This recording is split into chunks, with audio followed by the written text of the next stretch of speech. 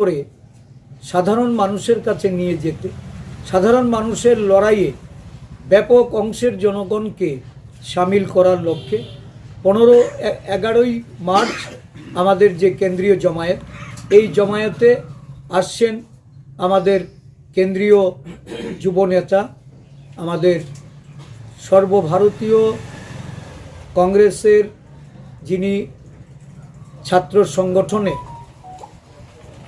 In charge রূপে উনি দায়িত্ব পালন করছেন কানাইয়া কুমার, এবং আরও একঝাঁক নেতা সেই দিন রাজ্যে আসবেন।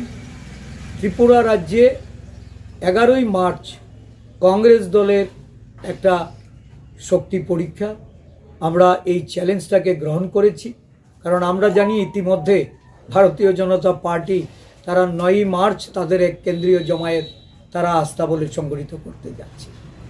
সরকারি অর্থে এবং ভয় ভীতি সন্ত্রাস তৈরি করে সারা রাজ্যে যারা রাজনৈতিক কর্মসূচিতে মানুষের সমাগম ঘটাতে চায়, মানুষকে যারা বাধ্য করতে চায় যে তাদের কর্মসূচিতে অংশগ্রহণ করতে, এইটাকে চ্যালেঞ্জ জানিয়েই আমরা 11 তারিখ এই রাজ্যে আমরা কেন্দ্রীয় জমায়েত করব।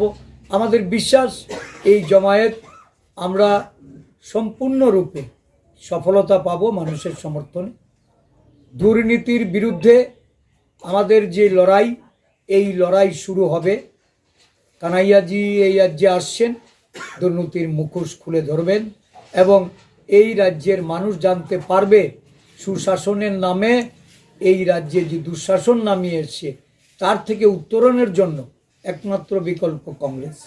কংগ্রেসকে শক্তিশালী করার আমাদের নেতা কর্মীরা, বিভিন্ন প্রদেশ নেতৃত্ব, জেলা নেতৃত্ব, ব্লক নেতৃত্ব, বিভিন্ন শাখা সংগঠন, আমাদের বিভাগীয় সেলের নেতৃত্বরা তারা মাঠ চষে বেড়াচ্ছেন এবং আগামী দিন এই দল সারা রাজ্যে মানুষের সমর্থন নিয়ে মানুষের স্বার্থে লড়াই অবতীর্ণ হবে।